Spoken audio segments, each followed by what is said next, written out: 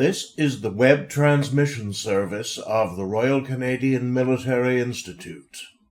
On October the 8th, Military History Night featured historical writer Col David Grebstad, himself a gunner, who spoke on A Calculated and Terrible Efficiency, the Operation VERITABLE Fire Plan, February 1945.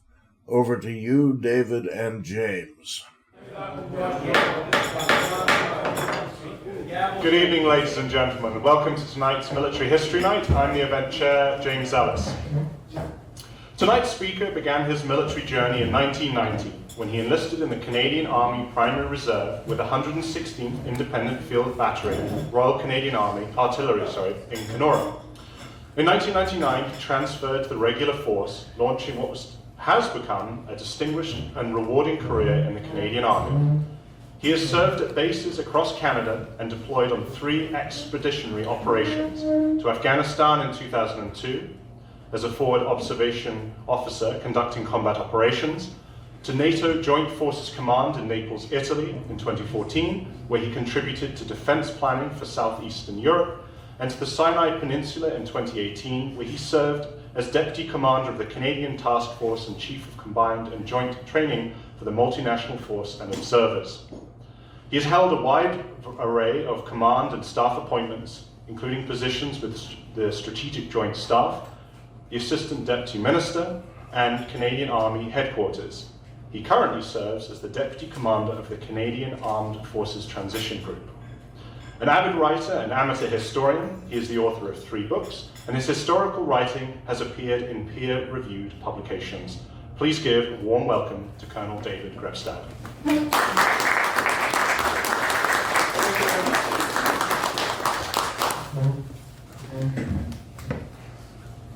Well, thank you very much for that kind introduction, and thanks everybody for coming here today. I understand I am competing with the 4th game of the American League Division Series right now, so I'm very happy to see you folks here, and I'm very excited to talk to you. It's always very humbling to hear your biography written, and it's a little bit disconcerting because you kind of realize how old you're getting as the biography gets longer and longer the further you go. But I'm going to add 3 points. You thought this wasn't going to be an interactive discussion, probably, but I'm going to say 3 facts about me, 2 of which are true, and at the end of my speech, I'm going to see who thinks which is true and which isn't. So here are the 3 facts. Number 1, I've been hit by lightning. Number 2, I was bit by a monkey in Afghanistan. And number 3, Doug Ford once poured a beer on me. So, think that over, and as we talk, you can tell me which one you think is correct. All right, let's see if I can operate this.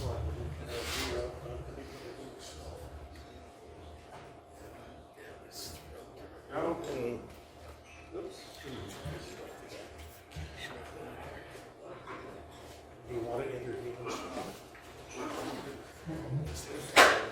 One of the things that wasn't mentioned in my biography is that I'm a qualified instructor in gunnery.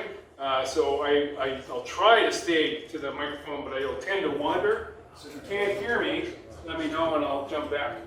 And we're also going to try to see if this works. It does. Good stuff. So what I want to talk to you about today is the fire plan to support Operation VERITABLE.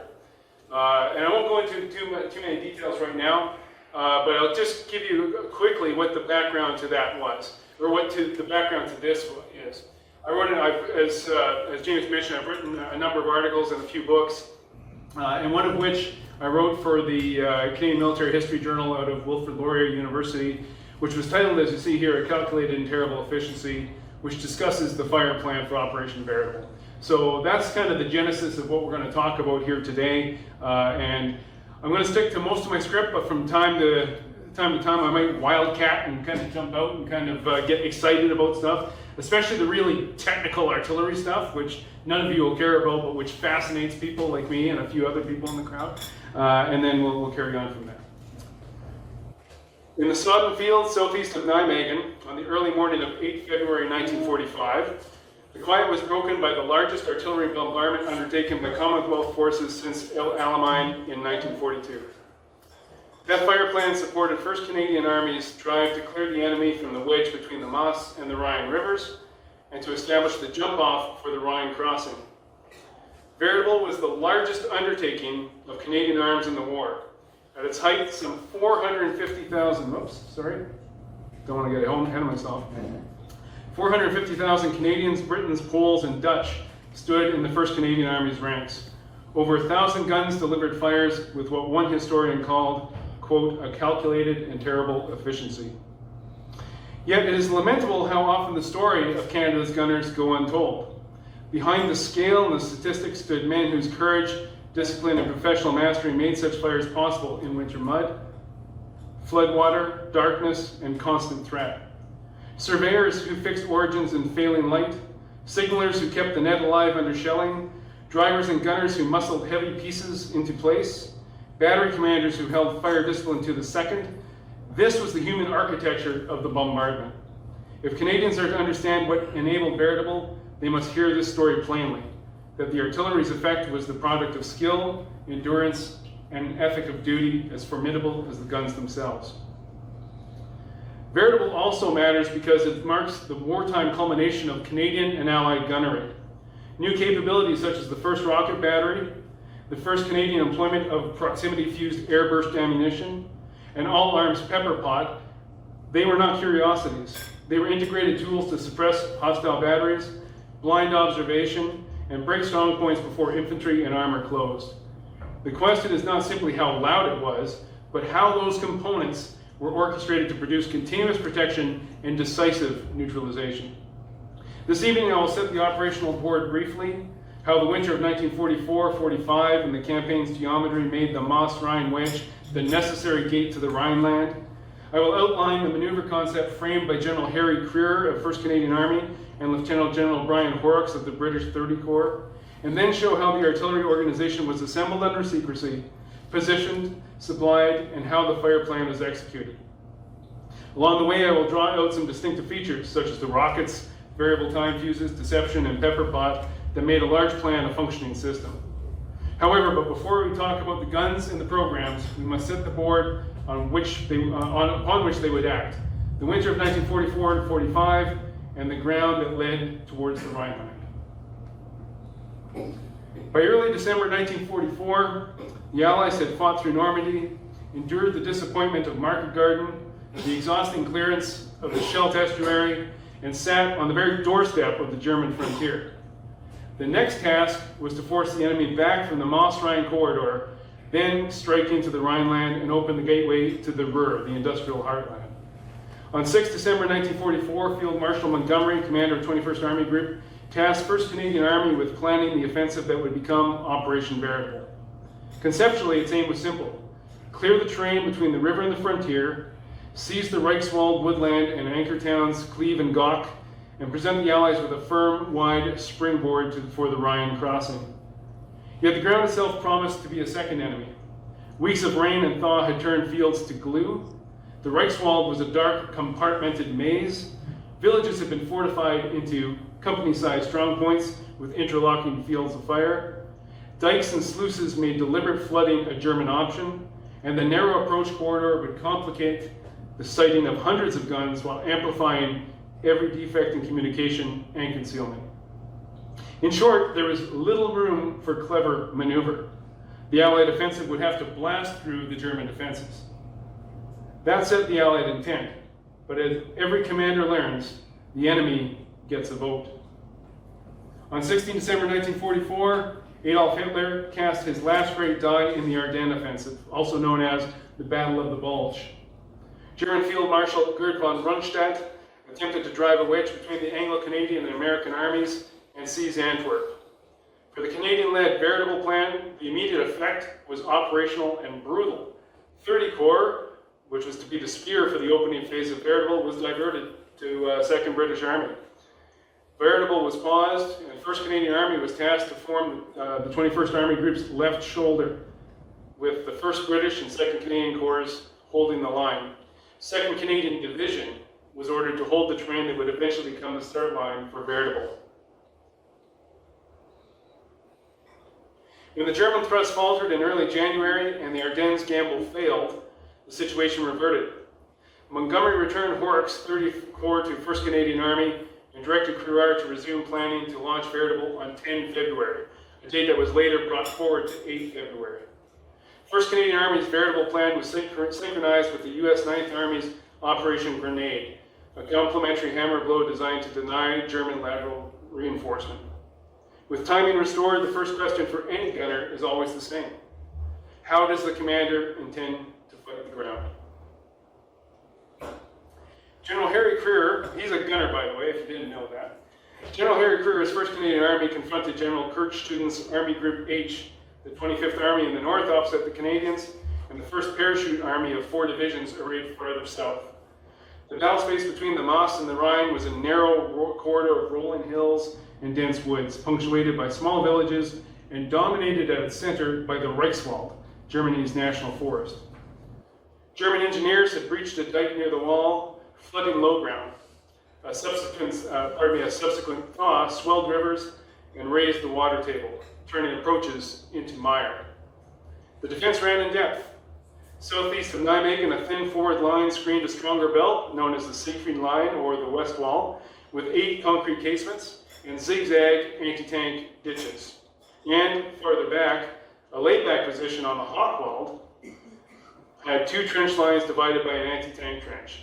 Between these belts, towns and villages had been pre-registered and fortified as interlocking strong points. 8 battalions manned the forward line with 5 more in reserve. Outpost lines covered the ditch system tied into the west wall, and the Hochwald Ridge anchored the rear. Deliberate inundation, as you can see in the north here, turned open fields into sucking traps. Crew's army comprised 3 corps, 2 British and 1 Canadian, fielding 3 armored and 7 infantry divisions with several independent brigades. The maneuver plan consisted of 3 phases. The opening entrusted to Lieutenant General Brian Horrocks of 30 Corps. On the southern flank, the 51st Island Division, with its right on the Maas, would force the route Mook, Gennep, Heckens to Gok. To its left, the 53rd Welsh Division would take Brandenburg, clear the northern Reichswald and high ground, and then secure Stoppelberg.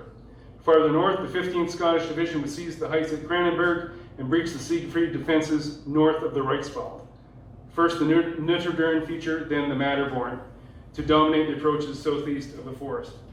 On their left, 2nd and 3rd Canadian Divisions were assigned the ground north of the Nijmegen-Cleve Road and south of the Rhine, tasked to open the roads and protect the Scots' exposed flank.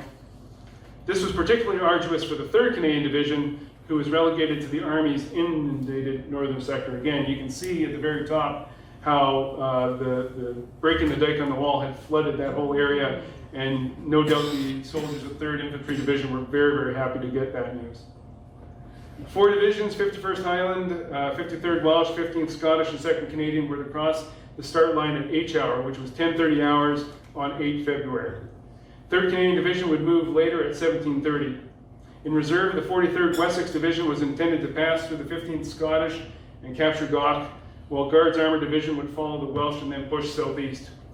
Phase 2 would commit 2nd Canadian Corps under Lieutenant General Guy Simmons on the Army's left, assuming command of 2nd and 3rd Canadian Air Divisions to breach the 2nd defensive belt and grind forward towards Wies and Gok. Phase 3 would carry the advance to the Geldern-Xanten line, setting the stage for the Allied crossings of the Rhine.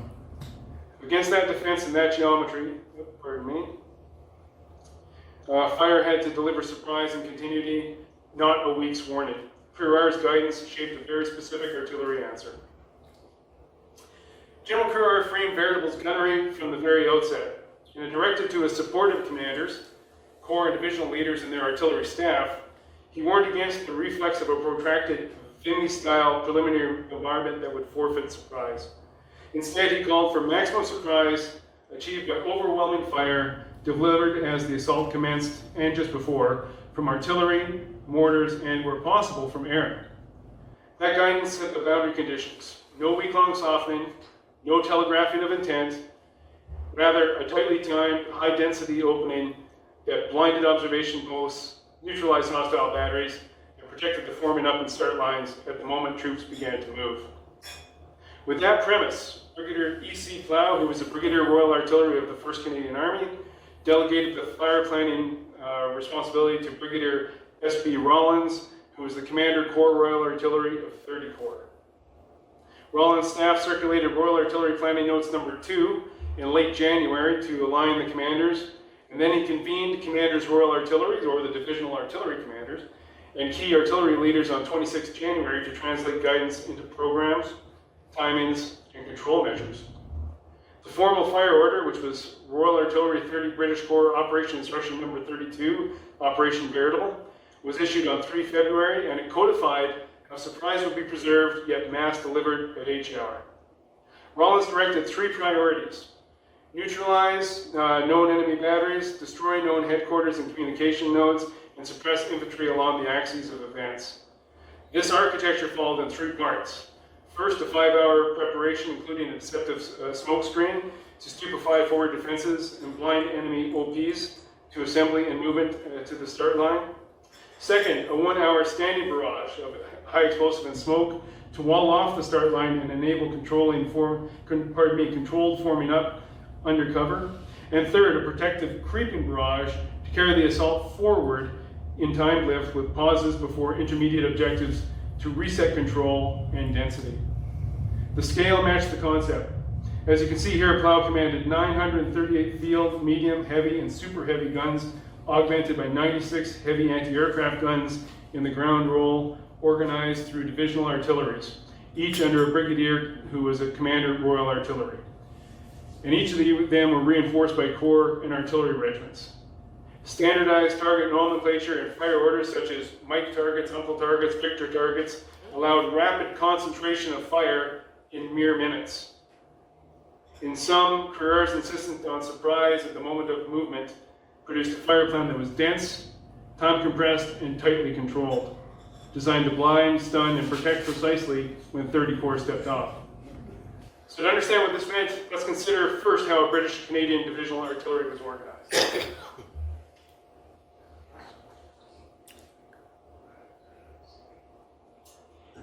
Each Canadian or British infantry division fielded a robust artillery brigade under its commander, Royal Artillery.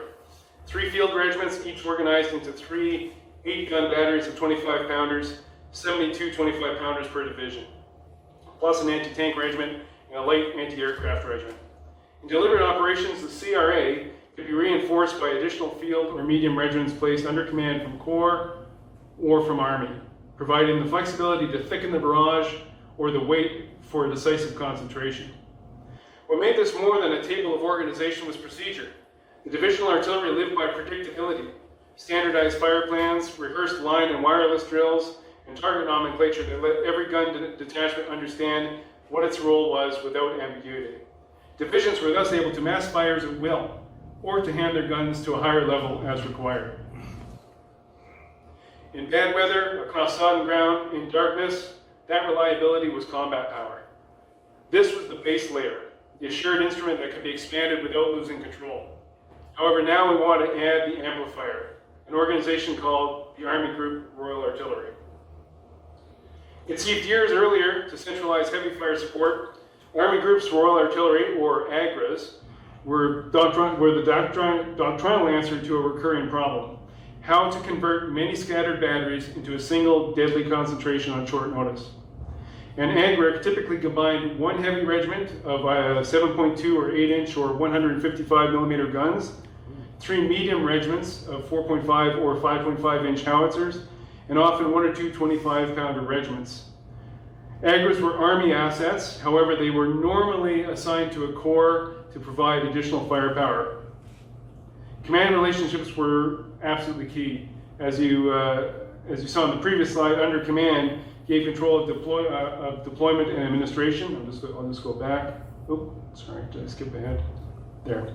Under command meant that you could control the deployment and administration of the guns, while in support meant the guns fired for a formation. However, their sighting and sustainment remained the responsibility of a higher formation.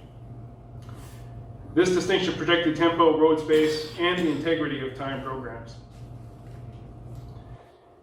In Operation Veritable, Rollins had at his disposal 5 AGRAs. the 3rd, 4th, 5th, and 9th British Agras, and the 2nd Canadian Agra. They were layered over each division's organic artillery, and extra field medium regiments were allotted to the commander's Royal Artillery of each division. I think this is a pretty prescient quote here from Colonel Nicholson, who wrote The Gunners of Canada. And it's not really talked about enough about just how important the creation of the Agra was. And Colonel Nicholson said that little is known about the important contribution that the creation of the Agra made towards perfecting the rapid concentration of artillery fire, and that it was a contribution that would rank high among the factors that led to final victory. I think what you'll see later, especially when we talk about counter-battery, is that at this point in the war, the fire support supremacy of the Allies was absolutely immense. And that, I think, was an absolute key to some of the success that the Allies had at this point in the war. So, alongside the massed howitzers in the divisional artilleries and in the Agras, there is also a novel weapon, one that was rarely used previously, but of unique Canadian provenance. And that was the 1st Canadian Rocket Battery. A uniquely Canadian addition to the arsenal, the 1st Canadian Rocket Battery began as a Canadian School of Artillery project in September of 1944, known as the Land Service Mattress Party. Yeah, I don't know where it came from either, but Rocket Battery sounds better. To develop tactics, techniques, and procedures for ground launch rockets. 112th Battery of the 6th Light Anti-Aircraft Regiment, Royal Canadian Artillery, was converted to a provisional rocket unit to refine doctrine on the continent. After some trials, which included 2 salvos in support of number 4 Commando at the Breskins Pocket, and a more conclusive success supporting 1st Polish Armoured Division, British crews briefly operated the kit for the 15th Scottish Division near Venlo. Finally, on 23 December 1944, the Canadian Army stood up the 1st Canadian Rocket Battery and fully manned it with Canadian gunners. This is unique. The British, it started out as a British weapon, let's say, or a British organization, but the British had no interest in it eventually. So the only rocket battery in the Imperial forces was Canadian, and you're looking at it right there. The battery fielded 12 two-wheeled projectors. You can see an image of it there, each mounting 32 light gauge tubes. Those tubes fired 3-inch rockets. Each had a 29-pound high explosive warhead that could range out from 4,000 to 8,000 yards. They fired in a ripple, roughly a quarter second between launches so that they wouldn't hit each other in flight.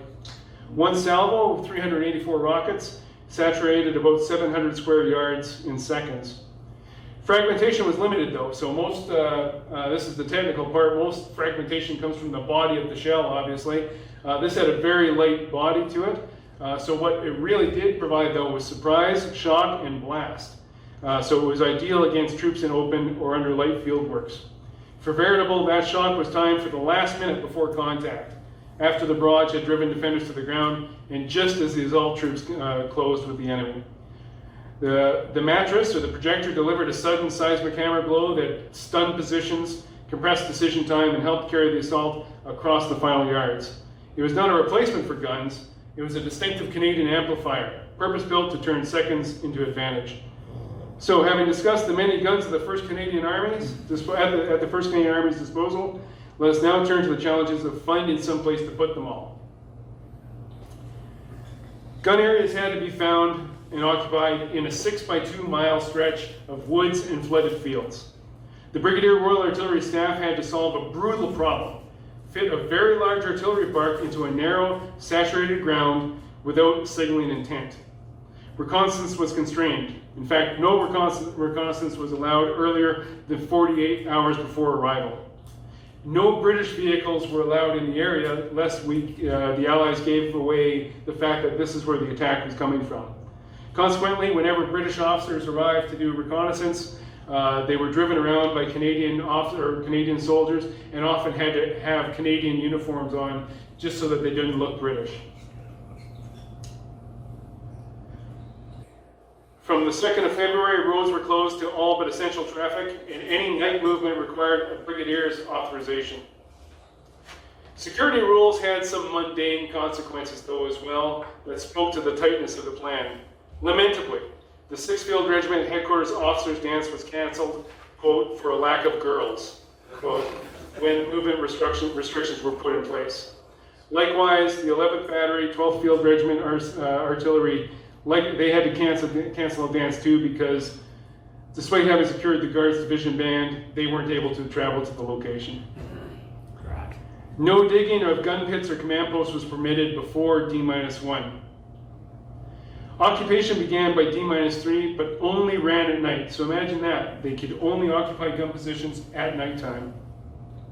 Many approaches were no more than cart tracks, soft to the verge and easily destroyed by a single slip. Heavy guns were hand-guided into freshly dug pits under blackout. In one instance, a gun position officer walked each gun in along a narrow path, directing the tractor using a flashlight dimmed with layers of heavy paper. Signal lines went down under blackout, survey fixed origins as quickly as ground and water allowed. The effect was untidy to the eye, but precise to purpose. Senior officers knew how tight the schedule was. The BRA historian recalled that Brigadier Plow, in a moment of exasperation, wagered a stack of guilders that all guns could not possibly be in place by H hour. Yet by the evening of 7 February, the entire artillery group, field, medium, heavy, was in place. The staff exhaled. The BRA smiled. Just as the gunners were challenged to find sufficient space for the guns, so too were they challenged to deliver the camouflage, the overwhelming amount of ammunition required. As with gun positions, the pre-dumping and digging of artillery ammunition occurred during darkness, and only during darkness. The numbers are incredible. About 500,000 rounds, some 11,000 tons, were delivered, again, only at night, dug into trenches and camouflaged before dawn. In places, Canadian units not only received their own stocks, but also handled British stocks that would fire from Canadian-sighted positions. Another quiet contribution to deception and tempo. The physical effort was immense. If statistics struggle to grip the imagination, a single image will do. Carrera recalled that of all the ammunition natures allocated at Veritable, and we'll see how many were used, this isn't just artillery, there was roughly 350 types. If they were stacked side by side, 5 feet high, they would line a road for 30 miles. That is not rhetoric, it's a physical fact of industrial war made visible. And it underscores a deeper truth. The artillery plan is only as good as its logistical support. In Veritable, the dumping program gave the guns the endurance to maintain suppression, repeat concentrations, and ride the timetable's lifts without starving the batteries. Amid those stacks lay a new and fearsome instrument, so effective it had to be governed by strict discipline, the proximity or variable time fuse. So most people will, if you've served in the forces, will have heard of VT. It's now called proximity fuse. The official name was always proximity fuse. It was given the code name VT to not give away to the Germans what it actually did. It was originally conceived as an anti-aircraft fuse, so that as an anti-aircraft shell was traveling towards an aircraft, the radar that was mounted in the nose would read the aircraft and cause it to function. But then they realized that this would function just as well in a ground roll. So as the projectile flies through the air, it starts to emit a radar out of the nose of the fuse.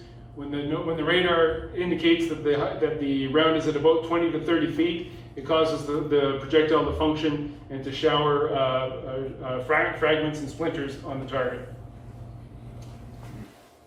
And that solved the problem that had plagued mechanical time. If you're not familiar with mechanical time fuse, it's a burning or a mechanical clockwork time in a fuse that would still produce an airburst, but there would be errors in it. Errors by which I mean there was no guaranteed height of burst. With this particular fuse, with the proximity fuse, you are guaranteed to have the round function at the optimum height of burst, which was not very pleasant for the people underneath. In fact, the Canadians realized that when you fired at high angle, which is any angle of fire of over 45 degrees, by the time the round is coming back down on top of the target, it's moving slow enough and straight down enough that there's no whistle. So that there's no warning sound of the round coming in. So it just burst over top of the Germans, and again, they didn't really care for that, as you can imagine. It was first employed by Allied artillery on 28 December 1944, and a famous quote by no less than General George Patton said there, or is written there, "The new shell with the funny fuse is devastating. I think that when all armies get this shell, we will have to devise some new method of warfare. I'm glad you all thought of it first." Because performance and secrecy mattered, employment in Variable was tightly controlled. In the lead-up, technical teams briefed formations on their use and handling, and authority to fire was held high to reduce the risk of capture and to husband the scarce munition. On D-Day, 30 Corps Artillery directed that VT would not be fired between 8:30 and 17:30 without Corps level permission. Outside that window, CRAs could authorize its use. The intent was twofold: conserve VT for moments of maximum payoff and ensure application where doctrine required, and also ensure that the shock of the sudden airburst multiplies suppressive effect already in play. In short, VT was not a novelty added to the program. It was a modern instrument inserted with care into an Army-scale fire plan to produce reliable airbursts where it mattered most. Having discussed the emplacement of the guns and the ammunition, let's turn to the start of the fire plan, which began not on D-Day, but actually the day before. Air power opened the bombardment at scale and with intent. Up to 1,000 fighters, 100 medium day bombers, 90 night bombers, and up to 1,000 heavies from Bomber Command, 2nd Tactical Air Force, and the U.S. 8th and 9th Air Forces, along with 59 RAF squadrons on close support. Controlled, blended, programmed, and impromptu strikes via a circling cab rank, so it had aircraft circling overhead, directed by forward control posts at the 30 Corps headquarters, and by contact cars with the leading divisions. More than 80 targets were set, Ryan bridges, rail lines and junctions, fuel and ammunition dumps, telephone exchanges, headquarters and fortified towns. Cleve and Gok, which were key nodes around the Reichswald, were marked for destruction on D+1. Geldern, Kempen, and Huls would be hit to choke the reserves. So I want to talk a little bit about D-1 though. And that's a famous, well maybe not famous, maybe it's an infamous quote from General Horrocks there. I ask you to read it. Cleve was right on one of the major surface routes that German reinforcements would take. And I haven't written it out here, but Crerar approached Horrocks. They said, do you want Cleve taken out? By which he meant, do you want it destroyed? Obviously. And Horrocks knew that if this was going to be a successful attack, Cleve would have to be rebelled, and that's a photo of Cleve that you see in the top right corner of the results. So the day before, on D-1, that night, as the gunners sat at their guns waiting for H hour the next morning, over 400 heavy bombers dropped 1,875 tons of high explosive on Cleve. From Canadian gun lines, the sky lifted with flares and ack-ack, then the ground-shuddering string of crumps, a visible and audible prelude to Veritable's calculated and terrible efficiency. As the bombers droned overhead, the gunners sat ready to unleash hell. It's interesting to note, I will just step aside and say it's interesting that Horrocks says of everything he went through, if you know the story of General Horrocks, everything he went through, the nightmares that bothered him the most was Cleve, because he knew, and in his memoirs he goes into more detail than I do here, he knew that by taking out Cleve, the number of civilians he was actually agreeing to kill in that, and it's quite something emotional to think about that and being put in that position where you have to make that decision. Variables D-Day gone gray and wet. At 0500 hours, the plan opened. Heavy and medium regiments tore into known and suspected positions. Field regiments engaged wire, OPs, and strong points. The counter-mortar machine was already hunting tubes by observation posts, radar, and sound ranging. The intent was straightforward: stupefy forward defenses, blind observations on the flank, and keep harassing fire off the forming up places while the infantry dressed onto the start line. From 0500 to 0730, fire built and held. At 0730, a faint smoke screen crawled across the Corps front. This was the intent of this faint smoke screen was to lure the Germans into thinking that the attack was starting and that they would fire defensive fire and thus unmask their guns. At 0740, all guns fell silent, an engineered pause in order to try to locate any hostile batteries. The quiet was broken by a single mishap. The 25-pounder barrel split when the round burst inside it, when the round was left in there in a red-hot breach after 2.5 hours of firing. Mercifully, there were no casualties. Observers, flash spotters, and air observation posts waited for German replies. However, deception had done its work, and although the German defenders possessed over 100 howitzers, few guns unmasked, and counter-battery priority remained the first order of business. At 0750, the program resumed. At 0915, smoke blossomed on the left flank to screen the approach of the forming up. Just one point I didn't mention in the maneuver plan, the actual line of departure was quite a bit forward of most of the positions. So they had to be screened as they moved forward to the jumping off point, or the start line. At 9:20, guns began to build the starting line of the barrage, which was a smoke and HE layered by regiment until the opening line stood like a weather front. In the forward areas, 2nd Canadian Division had already thinned out its most advanced troops, so they had forward troops laid out, but they were right where the start line was going to be. They actually had to pull their troops back to allow the initial barrage and to fall on the start line. At 1000 hours, preparatory fire ceased. Guns assigned to the barrage began to fire on the opening line for about 30 minutes. At 10:30 each hour, the first lift carried the assault over the line of departure. The philosophy was executed in sequence: blind, stun, and break communication, handoff to the barrage, then maintain a drumbeat that made movement predictable to the attacker and impossible to the defender. Excuse me.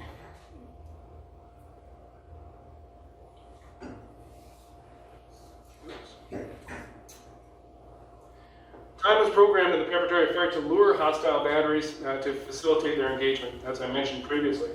Counter battery was sequenced to preserve deception and mass at the decisive moment. Until 0500, 2nd Canadian Corps kept business as usual, limiting fire only to the 2nd Canadian Division's guns so the enemy would not know the direction of the attack. From 0500, H hour control passed to 5 Agra to prosecute the preparatory counter battery program.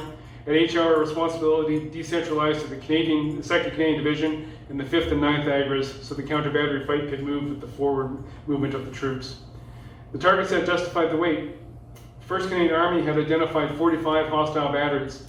Neutralization fire was planned at an average Allied to German ratio of, get this, 40-1 during concentrations. You'll recall earlier I talked about the fire support supremacy the Allies had at this point.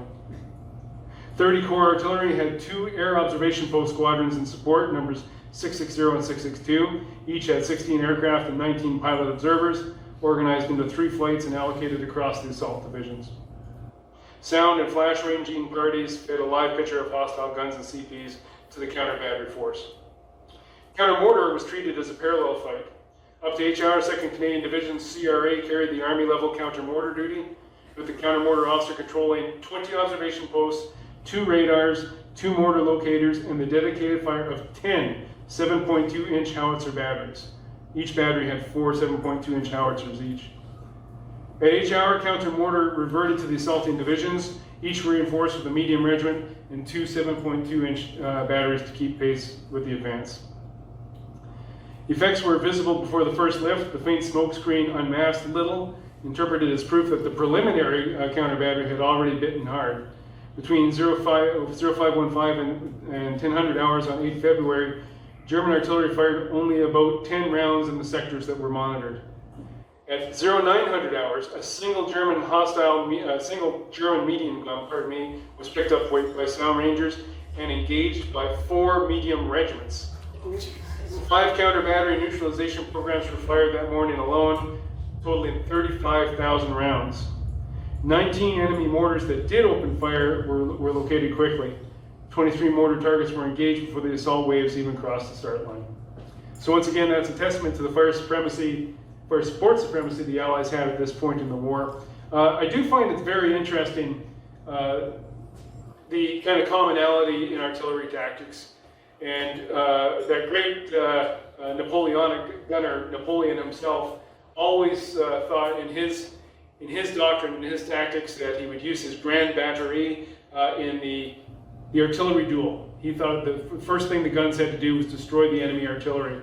And as you study through Napoleonic wars, the First World War, and even right up to this point, how important that artillery duel actually is at the outset. So as we see here, that counter battery was absolutely critical, and it's a tactical continuity all the way from Operation Veritable right back to Napoleon.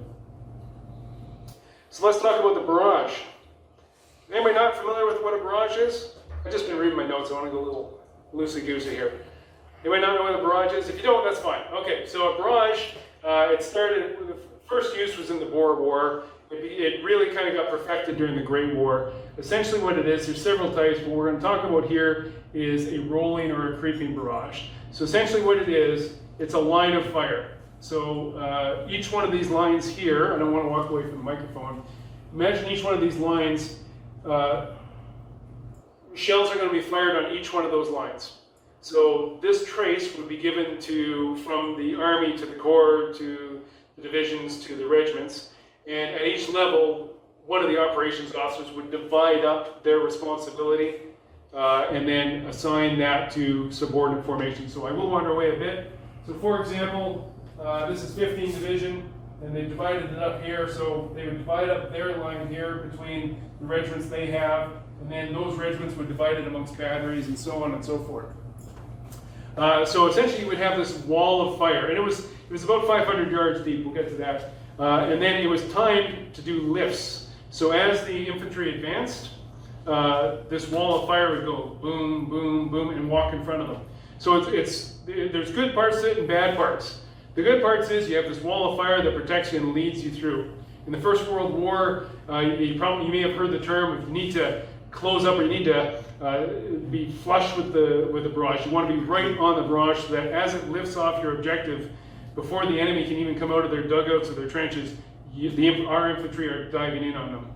In fact, it was so important to stay as close as possible to your own barrage. In the First World War, the French had a policy that unless 15% of your own casualties were caused by your artillery, you weren't close enough to the barrage. So imagine putting that in orders. Anyway, so this is the barrage that the First Canadian Army used. Key thing here is that after Normandy, between Normandy and Veritable, they didn't use barrages. They just focused on concentration. The fighting was much more fluid.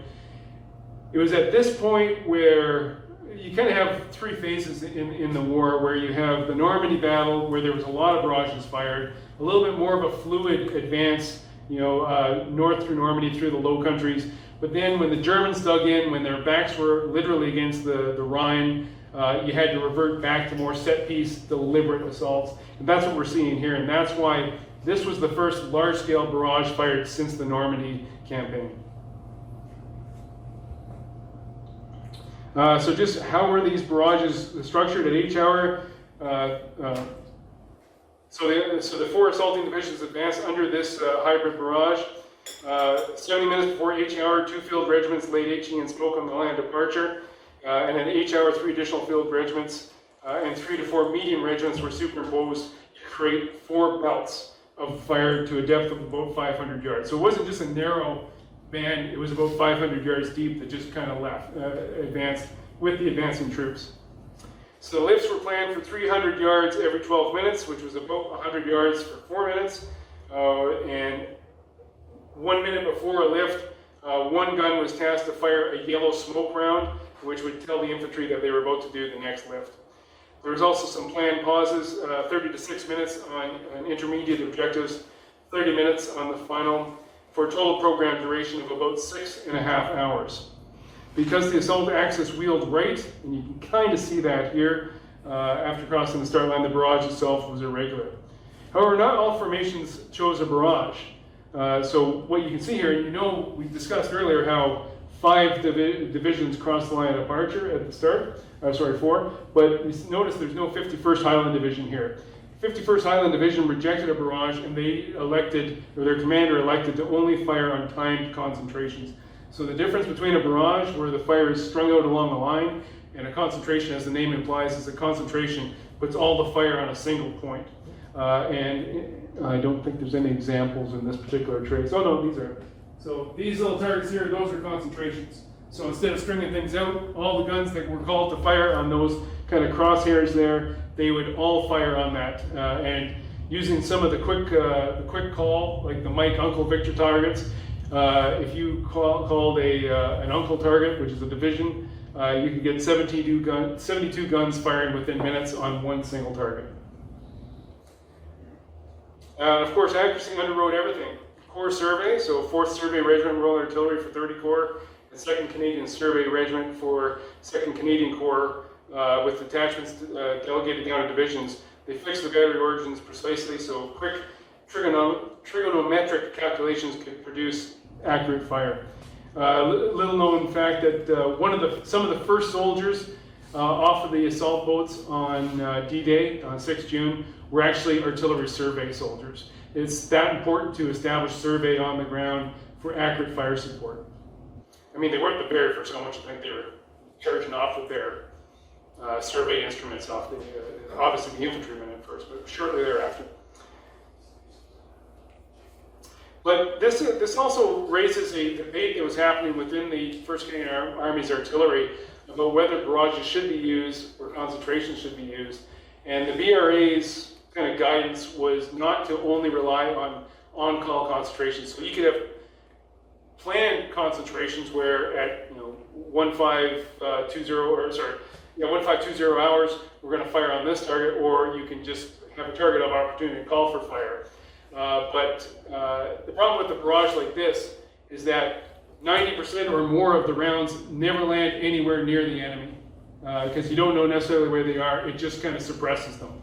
But with the concentration, you can bring it right down on top of the enemy.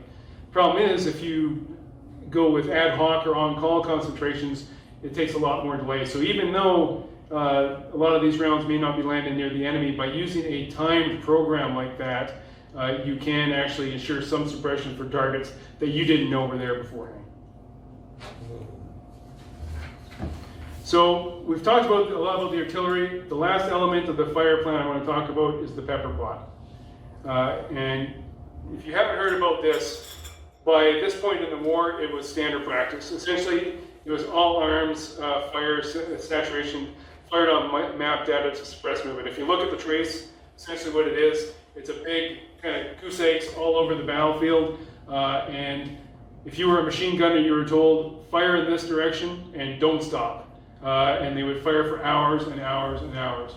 And the intent was just to suppress the enemy, to make it suicidal, to convince the enemy that it was suicidal to move or come out above ground.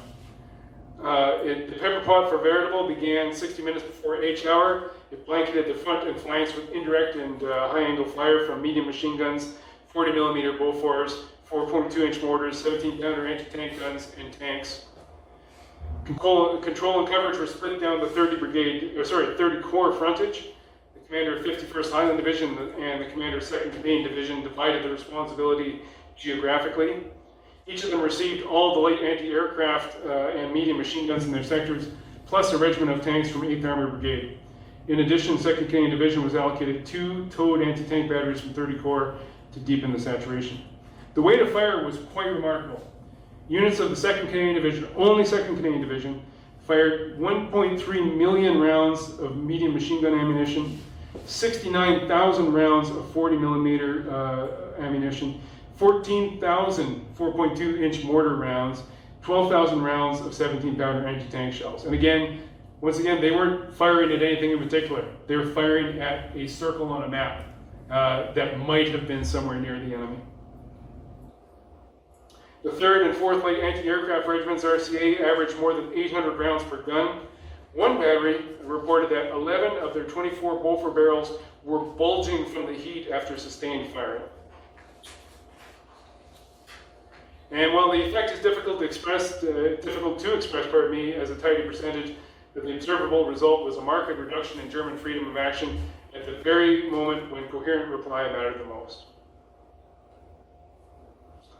So let's talk about the actual advance. And what you see there on the map is how the actual advance carried out.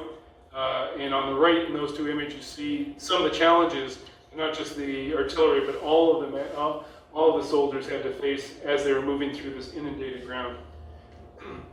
As the opening barrage lifted, 3 British Canadian divisions passed through the 2nd Canadian Division's depth positions, and the 4 divisions moved forward on a 6-mile frontage. The left advanced the quickest because resistance was lighter there, and infantry were able to follow the lifts very closely. By 1830 hours on 8 February, 2nd Canadian Division had secured Weiler. 2.5 hours later, engineers had cleared the mine approaches to the town. In 1700 hours, 3rd Canadian Division began its northward assault. Floodwater surging over the Queer Dam and the dikes that had been blown by the Germans forced it to ban hard road tankards, and they had to adopt amphibious vehicles, as they had in the Scheldt. By midnight of 8-9 February, all 5 assaulting divisions had entered Germany, seized their initial objectives, and taken over 1,200 prisoners. The chief obstacles were mines, sodden ground, and broken roads, not enemy fire. Keeping the artillery within that range of that timetable required immediate displacement. Reconnaissance parties for the forward gun areas rolled by 1900 hours on the first day.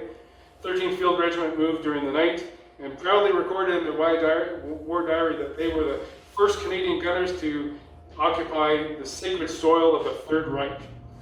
The move was rough. Tractors bogged down before platforms. One troop had to deploy along a road and halt traffic because they couldn't get into their gun position. Mines in the new areas caused casualties. 12th Field Regiment pushed into the town of Beek on 9 February. One battery had to fire from several feet of water. Each time the gun fired, the breech recoiled into the water. When they moved again days later, 43 batteries command post staff had to build a raft to float themselves out of the position.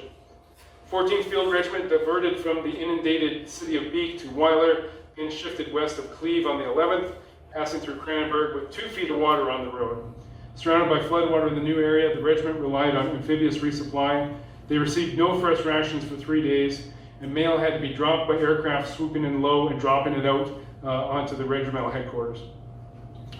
Medium artillery faced the same hydrological and engineer problems at greater weight.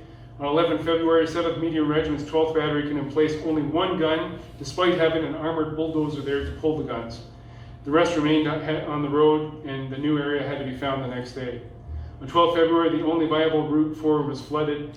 Large trucks were forced through, and water wagons were cut off. The crews had to purify local water for consumption. The commander of 2nd Canadian Niagara, when he went to visit 7th Medium Regiment, had to travel by amphibious craft. Forward observers and small parties were periodically stranded on islands as water rose around them, and extraction waited on amphibious lifts or improvised solutions. An interesting anecdote that I'll share. It's interesting when you dive into the war diaries, some of the things that are written in there, and there was one rather wry and cheeky addition to a war diary, and I can't remember the regiment, but they were lamenting the fact that one of the Foos was stranded on one of these islands. They occupied OP.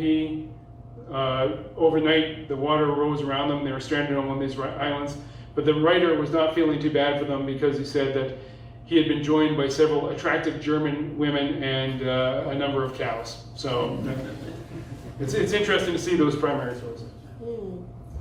As the front deepened, timing frictions appeared. Elements of 2nd Canadian Division had captured Weiler on D-Day, but the division's artillery soon risked falling out of range as the advance outpaced surveyed positions.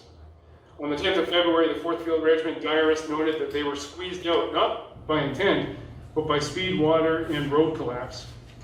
Meanwhile, German reinforcements, notably the 7th Parachute Division, and later elements of the 6th Parachute Division and 47 Panzer Corps arrived and stiffened resistance. Rain on the nights on 9 and 10 February grounded all of the air support, shifting the burden back to the guns. By 14 February, the Reichswald was reported cleared. 2 Canadian Corps came in on the left at noon on 15 February, assuming control of 2nd and 3rd Canadian Divisions. But both corps now relied on a single resupply route. Everything else had been flooded. Ferries were used to supplement where bridges and roads had failed. The grind continued towards Gawk, Wees, and Moyland Wood. Guns were sometimes deployed 600 yards from the infantry, and gun layers took sniper fire from tree lines. By 19 February, it was clear that the flooding mines and compressed road space, compounded by the German reinforcement, had bled Veritable's early momentum. Planning began for a sequel. Operation Blockbuster opened on 26 February to force the Hochwald and drive on to Xanten. For all practical purposes, Veritable ended on 24 February. And it was formally concluded on 11 March. With the set piece complete, the scale of the bigger than LMI plan offered a rare chance to assess what massed artillery had delivered, accuracy, density, suppression, and what it cost in movement, labor, and endurance to keep steel within range. And if you didn't pick it, that is me, wearing my fancy instructor and gunnery hat. We were very fortunate from a historical point of view that after Veritable, an instructor and gunnery team visited the battlefield to do an assessment of what happened. And their findings were suitably unsentimental. Some command post firing data showed errors. More significantly, meteorological factors produced a mean point of impact for concentrations that were 250 yards to the northwest of the intended targets. Only about 5% of concentration rounds fell within 100 yards of their aims. Portions of the barrage also registered shortfalls of up to 200 yards, a sober reminder that even well-designed fire plants must fight weather and friction. Destructively, the numbers appear modest. In sampled sectors, roughly 2 to 3% of German casualties were attributed to artillery fire. Of 20 German guns engaged in counter-battery fire, 5 were probably hit and 7 withdrawn. Such figures can mislead if torn from context. Artillery's decisive effect here was not merely destruction, it was disruption, the breaking of communications, the smothering of hostile batteries, and the paralysis that turns to a battalion into a set of isolated squads, each afraid to move. We often think of artillery as simply being there to destroy because it explodes, but the real key in artillery was then and is now even suppression. And that's why it's so key to use fire and maneuver together. Measured fire densities of 650 to 1,300 field and medium shells per kilometer were determined to cut line communications forward. Rates of 1 to 2 shells per minute within 200 yards were sufficient to suppress. At 6 per minute within that distance, positions were effectively neutralized. The IGs judged enemy counterfire not a significant problem. Probably because Germans seldom had the opportunity or freedom from suppression to return fire. However, one British battalion commander argued that the artillery was so excessive and that mud and destruction slowed the advance. It's a fair caution about combined arms balance. But the overall verdict from the instructors and gunnery was clear. The fire plan was, quote, conspicuously successful. Why? Because by 1945, the Canadian-British artillery system had matured into an instrument capable of delivering massive synchronized fire. It was a system of communications that made mass responsive, of survey that made predicted fire viable, of novel weapons, variable time and rockets, employed under discipline control, and of logistics that made it all possible. Most of all, it was a system that understood time, how to trade minutes and lifts for yards and lives, and how to make the enemy late to every decision. That was the essence of Veritable's artillery story. Not a spectacle, but a method, a calculated and terrible efficiency applied at the point of decision until resistance cracked.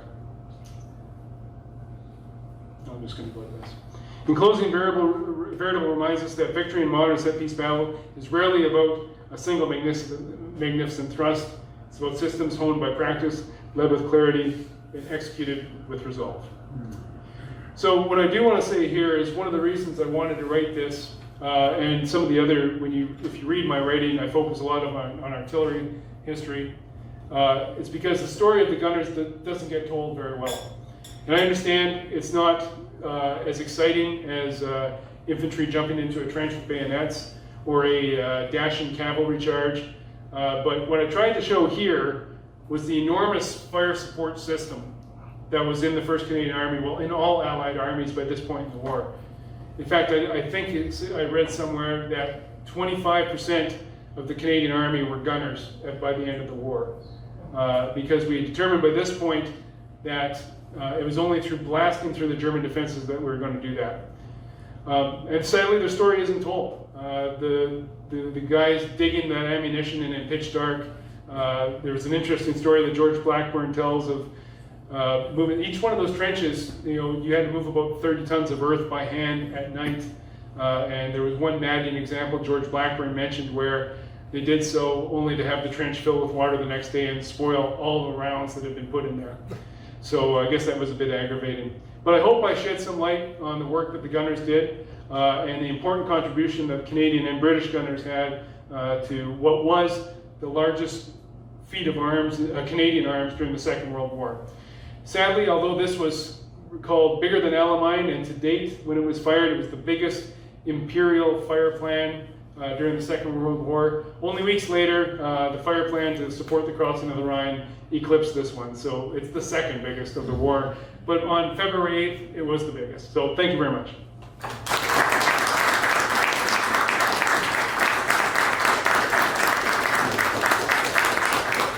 I may have gone long. I'm entirely sure. I apologize. I saw a few people nodding off there. I understand artillery can't do that fast. But I'm happy to take any questions, any and all questions. I've got nowhere to be till my train tomorrow at 10:30. But I won't just keep talking till then. Don't worry about it. And once we're done all the questions, we'll see. We'll take some votes on which of my three facts were accurate and which wasn't. And also, as was mentioned, you know, it's not very often you have, I don't know how often it is, but maybe you don't have serving folks here or somebody who's the deputy commander of the transition group. So if you want to ask any questions about the current CAF, the status from what I know, and if it's not operationally secret or anything, I won't, I'll tell you anything I have. So the floor is yours.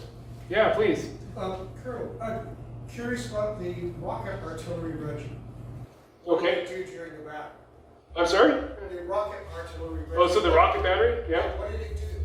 So it engaged, it was worked into the fire plan. So it was used for what you might call high value or high payoff targets.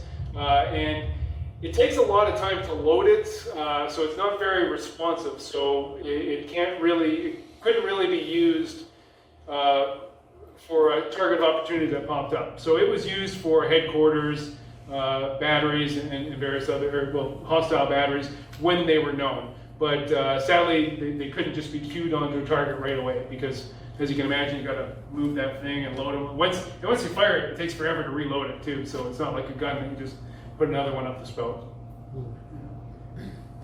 Yep, go ahead, sir. And, I don't know which one at Blackburn's, I think it was Guns of Victory, when he said that the 25-pounder could shoot 8 or 9 rounds per minute, I was astounded.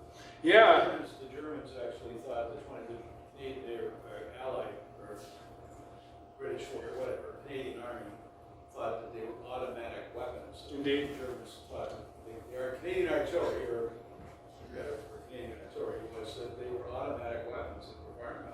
There's. It was astounding. He shares an anecdote of a captured German officer who wants to see the automatic gun because the 25-pounder fired so fast. Yeah, it was very, very fast. Yes, sir. The infantry support battalions had mortars and heavy machine guns, and we talked about the pepper pot. But how did they coordinate the fire plan with the mortars, with the artillery? I mean, they short range, you would use the 4.2s. And how did you control that? With the infantry and the artillery? Yeah, so those, if they weren't part of the pepper pot, they were what you might call the battalion commander's hip pocket artillery. So you didn't really have to coordinate it, really have to coordinate it with the artillery, because when a battalion came up against an objective, he would have his mortars, whether it's the 2-inchers or the 4.2s, that he could rely on.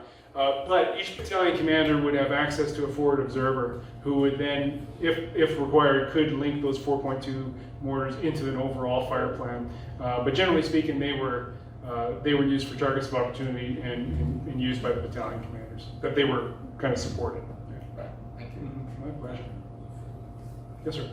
At this point, was there really any difference between the way the Canadian or British or other allied artillery worked? Or was it just one standard, one system? People could move between different allies and they could see the same thing? It was, the British and Canadian were exactly the same. And it was because they were so interlocked. And as you see here, all the guns that were in there, they were either British or Canadian. So they used the same fire discipline, the same weapons, the same ammunition, and everything like that. We were essentially a Canadian, 1st Canadian Army was essentially a British Army because it was in 21st Army. Americans were slightly different. I haven't done a lot of research into how different they were, but they had, they used 105s, vice 25-pounders, and various other things. So they had slight differences, and their doctrine then and now is slightly different. And whereas like our calls for fire are much more orders, whereas they're far more programmed up front. And I think they were in the Second World War as well. So there's a bit of difference there. But internal to the Anglo-Canadian armies, they all worked off the same song sheet. Who wants to arm wrestle? Go ahead. All right, Colonel. Yeah. I'm wondering, by this stage of the war, any new or special tricks in locating enemy batteries? They had refined, and I didn't do a lot of research into this, but certainly sound raging and flash spotting, although developed during the First World War, it had improved substantially since then, and by this point, it had improved substantially to this point, so it was still used a lot. I would say the biggest difference here from a Canadian perspective was the use of ROPs to both locate and adjust fire. So even though they used aircraft to adjust fire in the First World War, the communications between like an ROP in the First World War, they eventually had wireless sets in the aircraft by the end of the war, but it paled in comparison. Whereas here in the Second World War, you had, as I mentioned, several squadrons of observer aircraft that could radio in to coordinates and locate those batteries. So I would say that was probably the biggest advance at this point in the war. It's just they had a much larger air observation post force in support of them, helping them locate and adjust fire. What about the radar battery? The radar battery? Yeah, so they did have radar, and I don't know enough about it, but they did have weapon locating radar that just helped locate weapons. Sadly, I don't know very, very much about it. Yes, sir.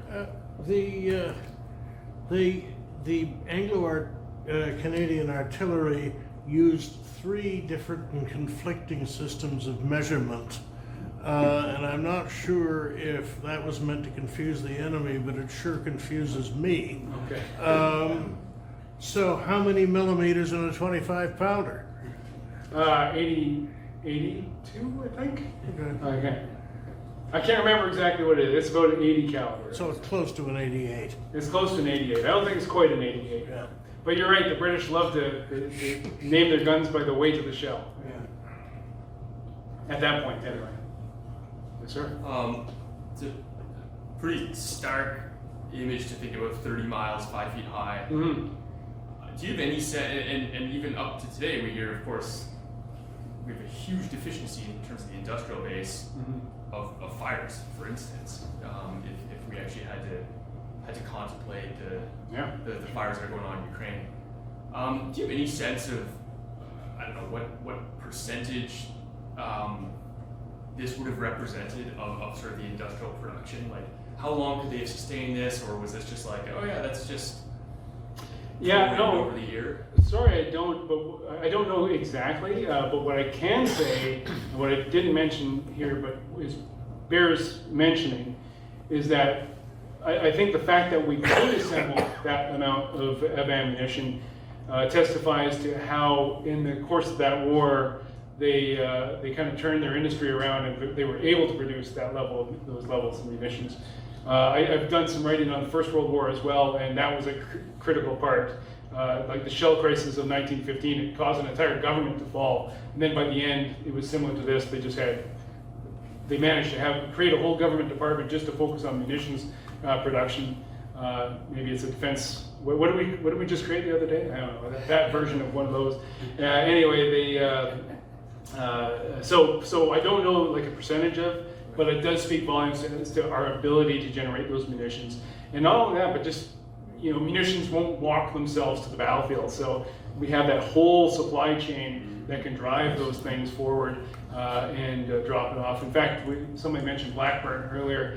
I think it's in the Guns of Normandy. He actually takes a big chunk of the book, maybe not a big chunk, but several pages where he talks about the drivers and the unsung heroes.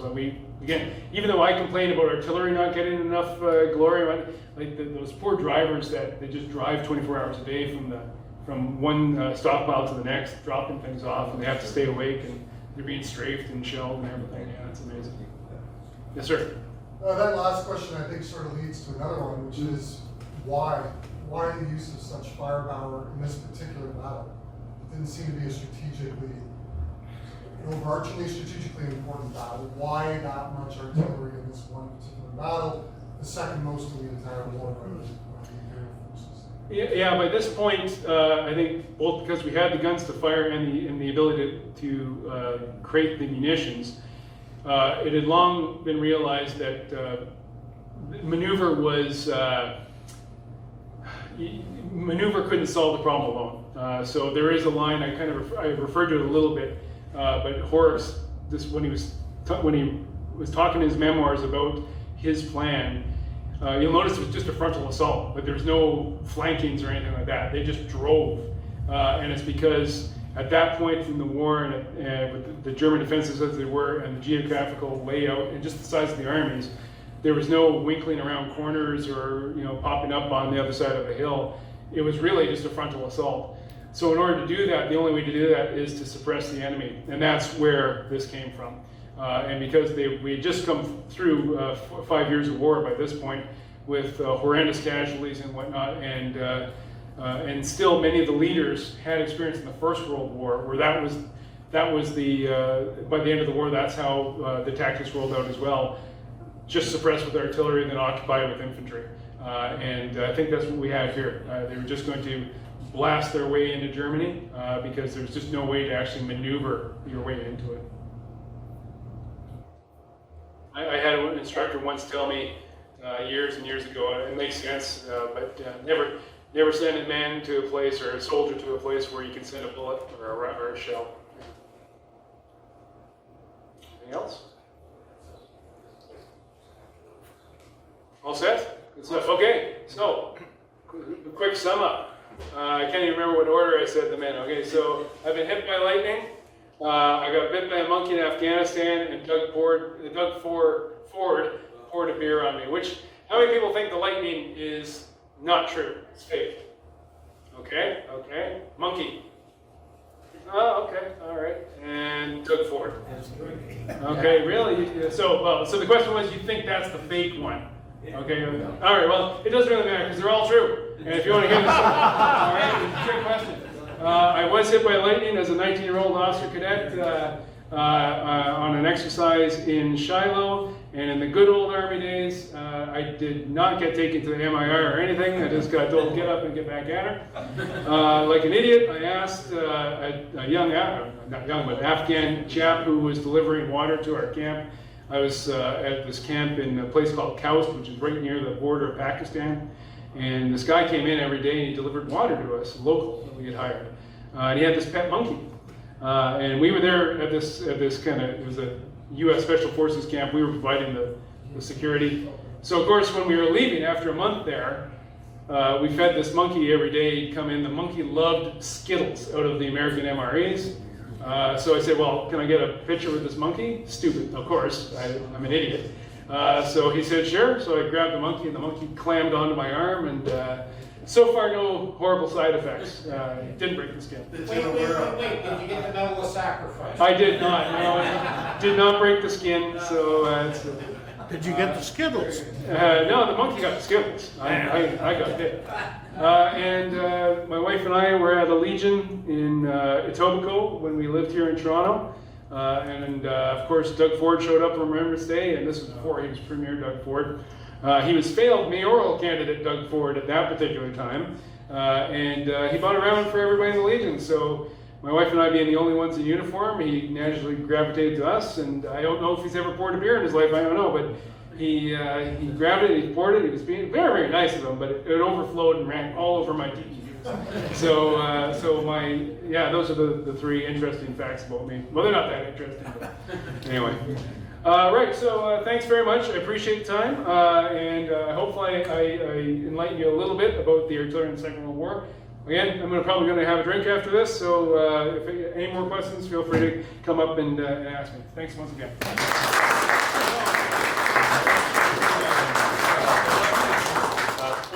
This has been another in our series of webcasts produced by the Royal Canadian Military Institute in Toronto as a public educational service.